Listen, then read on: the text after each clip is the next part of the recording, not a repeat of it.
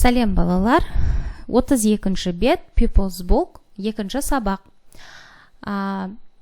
My friends, менің достарым. Мұнда бізде достарды сипаттайтын сын есімдер берілген, соларды оқимыз. Exercise 1. Listen, point, repeat. Тыңдаймыз, көрсетеміз және қайталаймыз. Kind. Бұл мейірімді деген сөз. Friendly.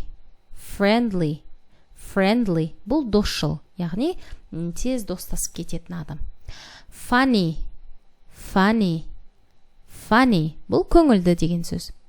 Clever. Бұл ақылды. Shy. Бұл ұялшақ. Naughty.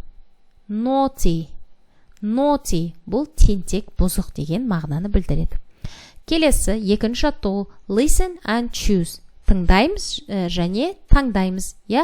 Қандай сын есім қолданған, сол суретті таңдаймыз. Біріншісінде бізде kind деп атайды. Kind дегеніміз бұл A суретінде. Екіншісі funny. Бұл A суреті тоже. 3. Clever. Ол да A суреті болады екен. Келесі 3-ші атау, talk with your friend. Досыңмен сөйлес дейді. What's your friend like? Сенің досың қандай? He's clever and kind.